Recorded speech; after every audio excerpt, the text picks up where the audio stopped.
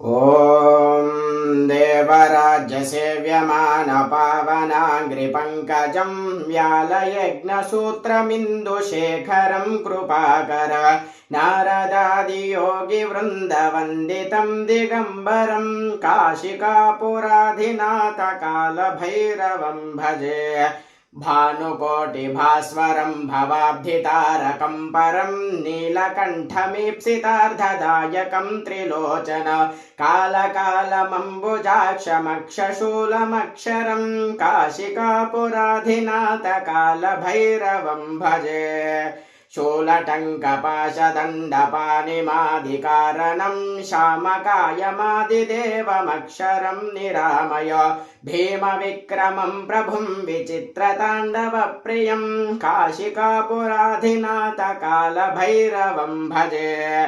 भुक्तिमुक्तिदायकं प्रशस्तचारुविग्रहं भक्तवत्सलं स्थिरं समस्तलोकविग्रह निक्वणन्मनोज्ञहेमकिङ्किनीलसत्कटिं काशिकापुराधिनाथ कालभैरवं भजे। धर्मसेतुपालकं स्वधर्ममार्गनाशकं कर्मपाशमोचकं सुशर्मदायकं विभो स्वर्णवर्णकेशपाशशोभिताङ्गनिर्मल काशिकापुराधिनाथ कालभैरवं भजे।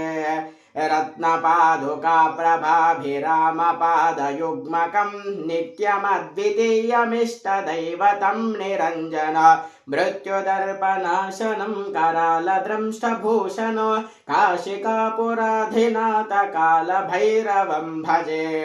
अट्टहासभिन्नपद्मजाण्डकोशसन्ततिं दृष्टिपातनष्टपापजालमुग्रशासन अष्टसिद्धिदायकं कपालमालिकाधरं काशिकापुराधिनाथ कालभैरवं भजे।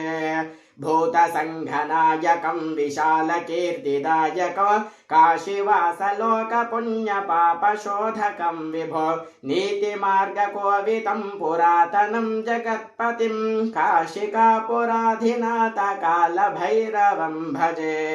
कालभैरवाष्टकं पठन्ति ये मनोहरं ज्ञानमुक्तिसाधकं विचित्रपुण्यवर्धन शोकमोहदैन्यलोभकोपतापनाशनं ते प्रयाति कालभैरवाङ्घ्रिसन्निधिम्।